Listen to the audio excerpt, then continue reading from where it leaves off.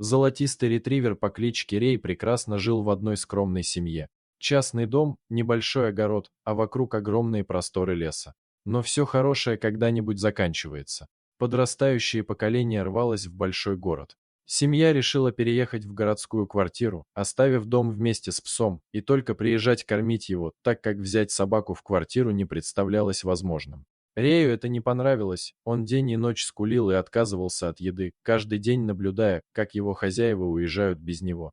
Спустя полгода семье стало трудно ездить, и они отдали его соседке, которая должна была подыскать Рею новый дом. Пес лаял и вырывался из рук девушки, в последний раз наблюдая, как от него уезжают хозяева.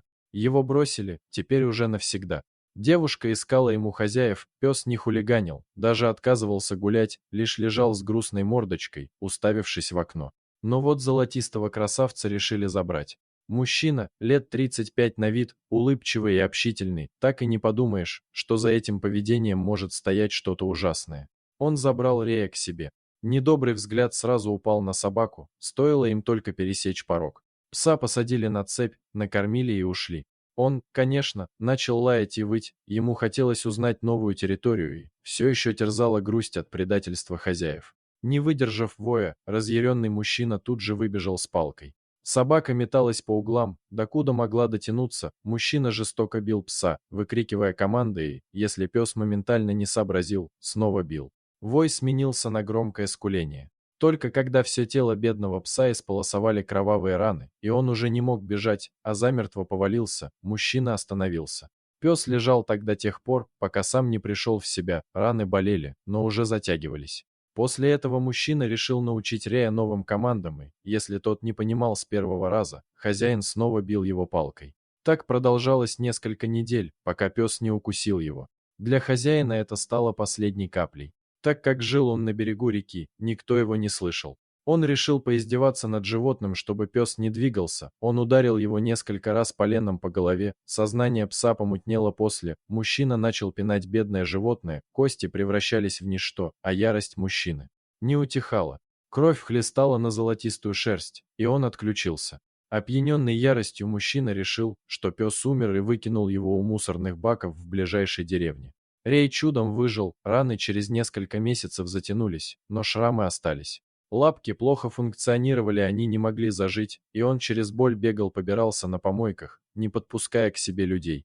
Ребра торчали, его тело было похоже на обтянутый кожей скелет. В этот день он опять направился попытать счастье на помойке, роясь в контейнерах, он сразу не заметил двух мужиков. Они кинули мусор в бак и раздался лай, собака вышла и начала поспешно удирать.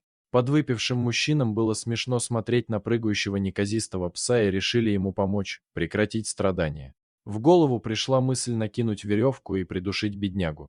Пес, не убежавший далеко, увидел, что за ним гнались мужчины. Он петлял, но в один момент они смогли накинуть на него петлю, дернули, боль пронзила голову Рея, как подменили, он вспомнил всю ранее пережитую боль, и у него получилось вырвать веревку из рук алкоголиков. Освободившись, он сразу кинулся в лес. Мужчины его даже не догоняли, им стало неинтересно. Рей бежал до тех пор, пока просто не упал, изнемогая от усталости. Пес тихо стонал, он ждал лишь спокойной и не страшной смерти, постепенно он заснул. Наутро Иван пошел собирать грибы, ничего не ожидая, он внимательно всматривался в лесной пейзаж, как вдруг увидел какое-то животное. Это был Рей, весь в шрамах, скелет просвечивал, а на шее красовалась новая рваная рана. Сердце мужчины жалось, что же с ним бедным сделали. Ни минуты не думая, он побежал вместе с ним к ветеринару. Врач был в ужасе, он посмотрел и обнаружил множество шрамов. Никто из ветеринаров этой клиники не видел столько травм на одном животном. Ему сделали несколько операций и провели курс восстановления. Иван не побоялся забрать пса, которого сам же и спас. Рей снова был дома, его окружили лаской и теплом, кормили и поили, играли и тискали. В мире не было счастливей собаки, чем Рей. Он окреп и стал большим, сильным псом. Как-то раз Иван решил прогуляться в лесу и взял с собой Рея. Они долго бродили по лесу, пес убежал вглубь, стараясь исследовать как можно больше запахов. В это время Иван оказался в ловушке, с двух сторон на него медленно выходили волки. Видимо, человек и собака случайно зашли на их территорию. Звери не могли этого простить и начали окружать незваного гостя. Иван старался не делать резких движений, крикнуть тоже было нельзя, он в западне. Рей учуял неладное и поспешил обратно к хозяину. Приближаясь, он уловил запах местных хищников. Волки оскалили зубы и уже собирались броситься на человека, но вовремя выбежал пес.